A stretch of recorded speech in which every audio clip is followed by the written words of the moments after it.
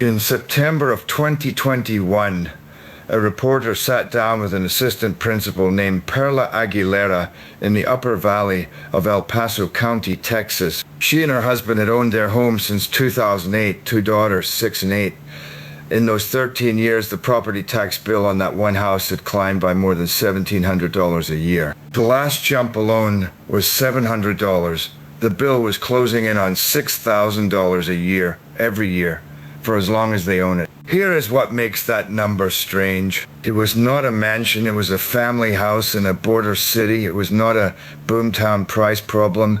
El Paso is one of the cheapest big metros in America, and it was not rising local wealth. Median household income in El Paso fell almost 3% across that same stretch. The house did not change. The family did not change. The bill nearly doubled anyway. She told the reporter what it cost them, whether they can take the vacation, whether the girls get their sports or tutoring.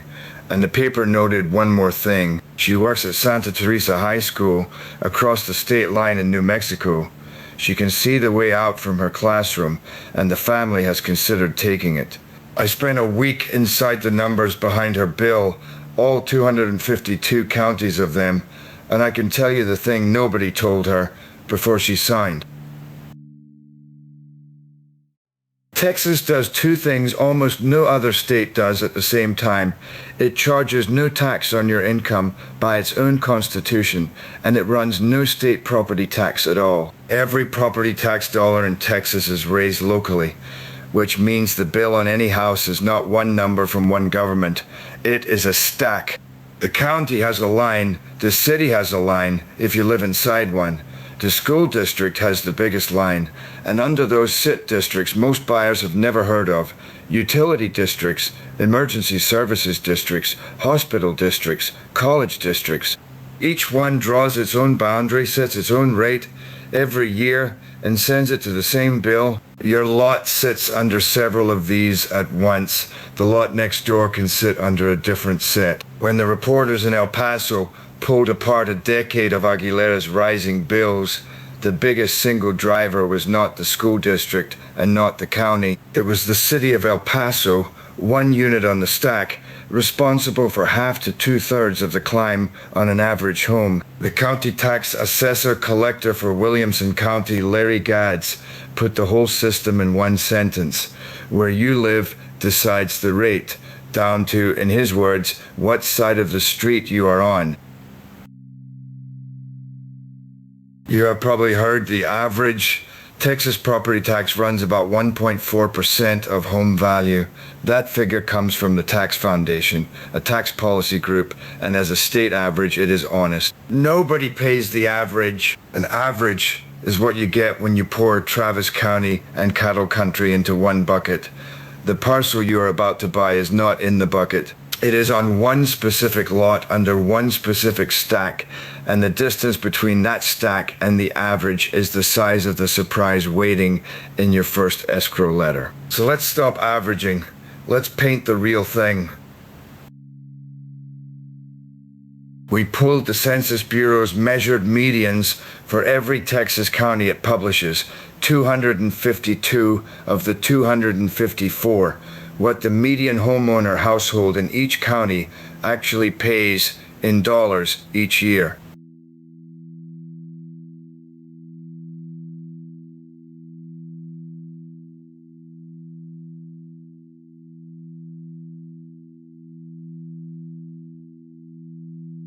Watch the state fill in from cheap to expensive.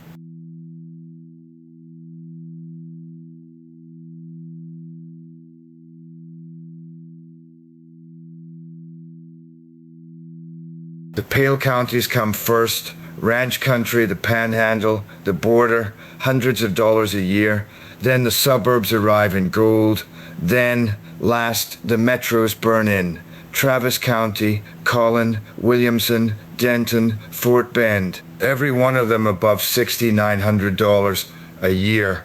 Travis tops the state at $7,727. One state, one law.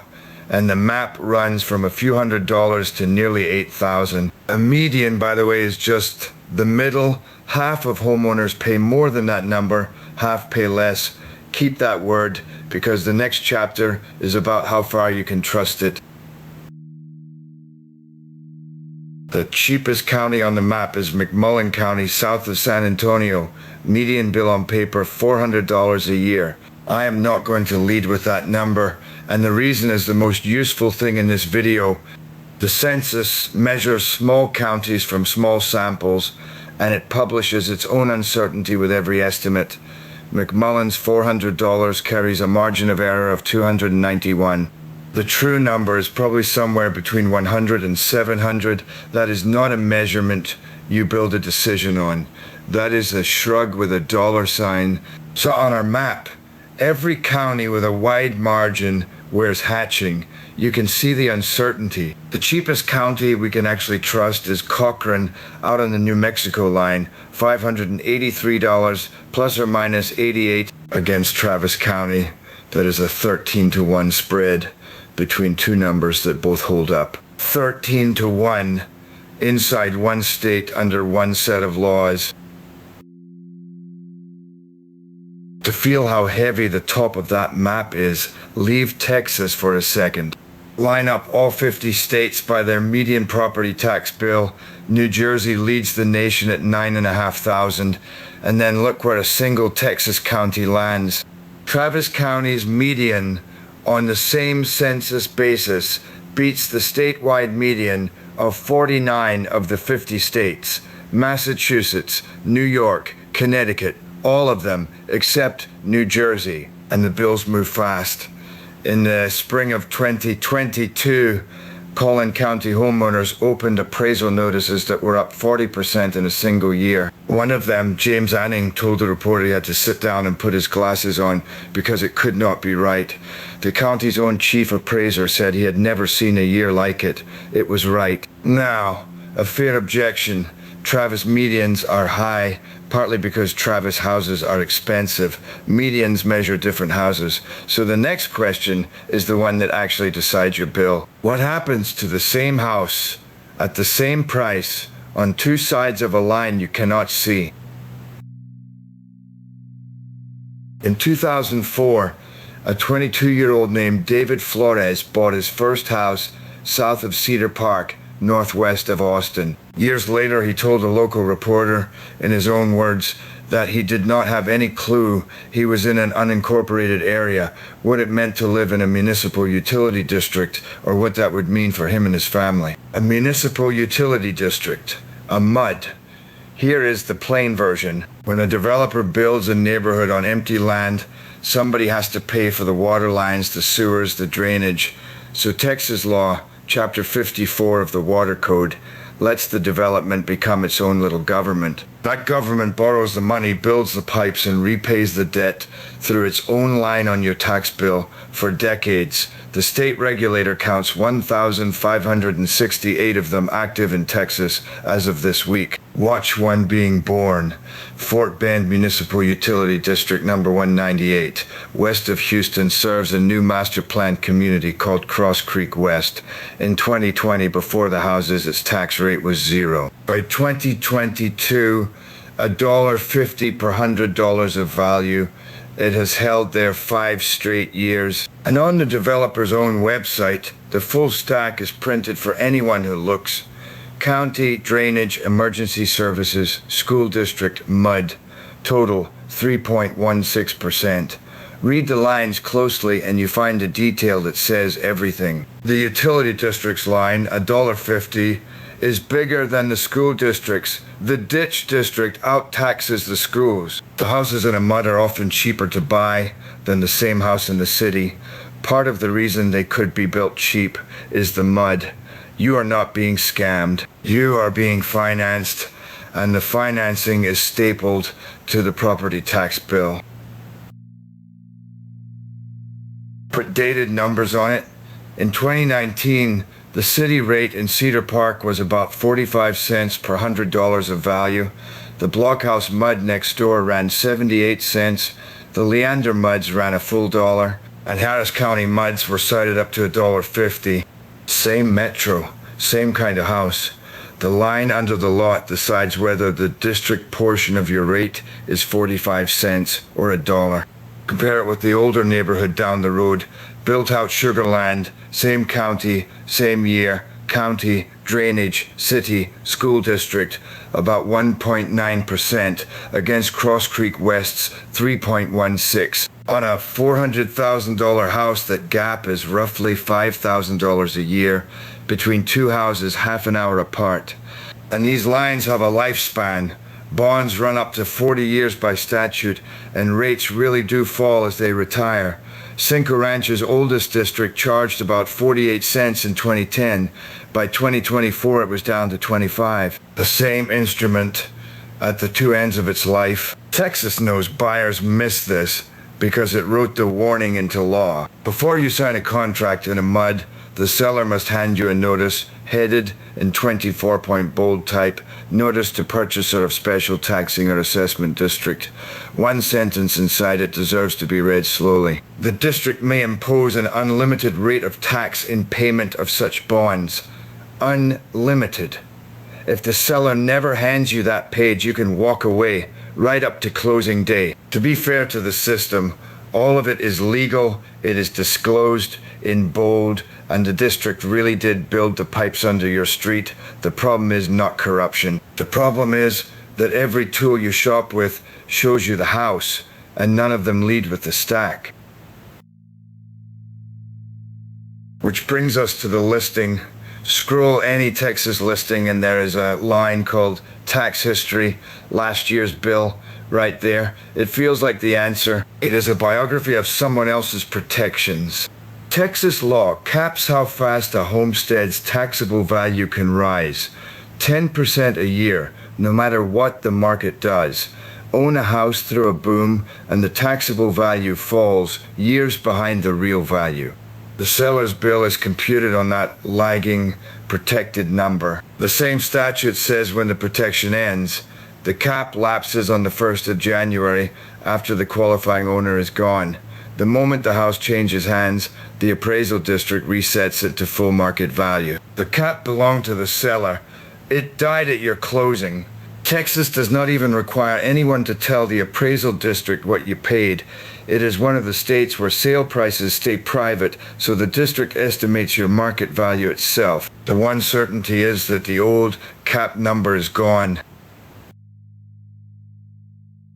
The exemptions die the same way. That seller may have had a homestead exemption carving $140,000 off the school taxable value, maybe a senior exemption on top.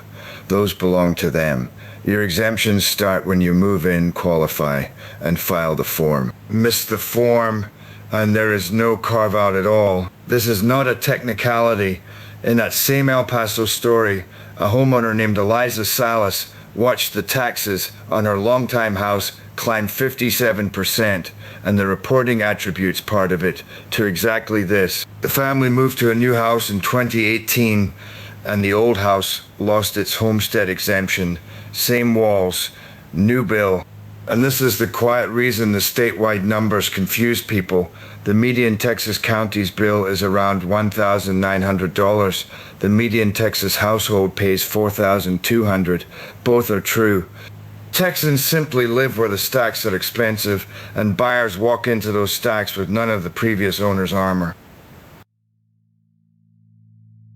There is one more piece of armor everyone has heard about. Turn 65 in Texas and your property taxes freeze. Retirees plan around that sentence. Read the statute and it shrinks. Section 11.26 of the tax code is real and it is strong. Once you qualify at 65, the school district cannot tax your homestead more dollars than it did in your first qualifying year. The school line freezes. That part is mandatory statewide. The county line, the city line, the college line live in a different section, 11.261, and that section is a local option. Each county, each city, each college district chooses whether to adopt a ceiling. Some have, many have not. Where they have not, every one of those lines keeps rising after 65. The freeze is one line of the stack.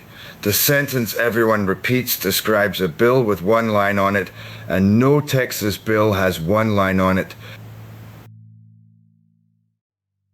In Kern Place, in central El Paso, the same 2021 reporting found Rosemary Neal in the house she bought in 1973 for $23,850. By 2021, the county had it appraised at $193,000, up more than $40,000 in a single year. She is over 65. She has the freeze. And the article still concluded her senior savings were likely to be erased within 2 years by the lines that never froze. Her words were about her neighbors. Most people live paycheck to paycheck, and retrenching is going to be a really tough thing for them. Texas does offer one more valve. Seniors can defer the bill entirely and the state will wait at 5% interest a year with a lien on the house. Deferral is real, free it is not. So here is the number the title promised, and it is not one number on one page, it is one lookup. Since 2019, Texas law requires every county to publish a Truth-in-Taxation database, public, free, searchable by the address of the exact house you are about to buy. It lists every taxing unit on that parcel, every line of the stack, what each unit charges now, and what each is proposing to charge next. Before you sign anything in Texas, you run that address and you ask 2 questions. Which districts cross this lot? That is the stack you are marrying. And whose protections built the bill in the listing? Because the cap and the exemptions you can see in the tax history die at closing, and your bill gets rebuilt from full market value with your paperwork under that stack. 10 minutes. That is the whole check. Aguilera's bill, Flores District, Salas Reset, every surprise in this film sits on one of those 2 questions. One more thing about timing, because it is the reason to do this now. Those databases are not static. Texas taxing units propose and adopt next year's rates in August and September. The databases update in real time while they do, which means right now, as you watch this, the stack under every Texas parcel is being decided for next year, unit by unit, in public, with a comment box next to each rate. Most people find the page for the first time holding a bill that already happened. Back in the Upper Valley, the pecan trees are watered by the same district canals they were watered by in 2008, and the Aguilera family's bill is still climbing towards $6,000 a year for a house that never changed.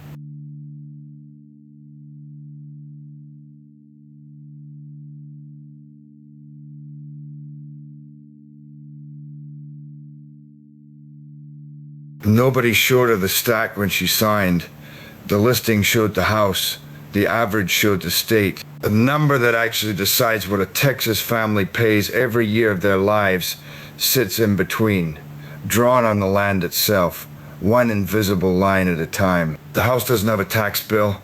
The land under it does. Read the land first.